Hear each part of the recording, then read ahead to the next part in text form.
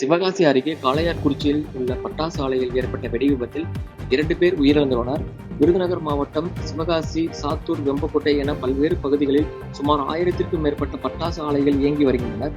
இந்த நிலையில் சிவகாசி அருகே உள்ள காளையார்குறிச்சியில் இயங்கி வந்த பட்டாசு ஆலையில் இன்று காலை முதல் வழக்கம் போல் பட்டாசு தயாரிக்கும் பணி நடைபெற்று வந்தது.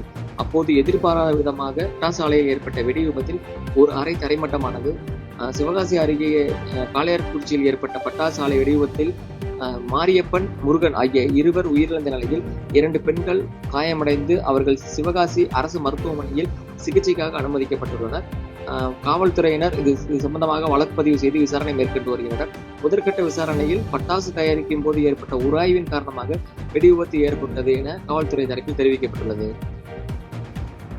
பாதகம் செய்பவரை கண்டால் நாம் பயங்கொள்ளலாகாது பாப்பா, மோதி மிதித்து விடு பாப்பா, அவர் முகத்தில் உமிழ்ந்து விடு பாப்பா.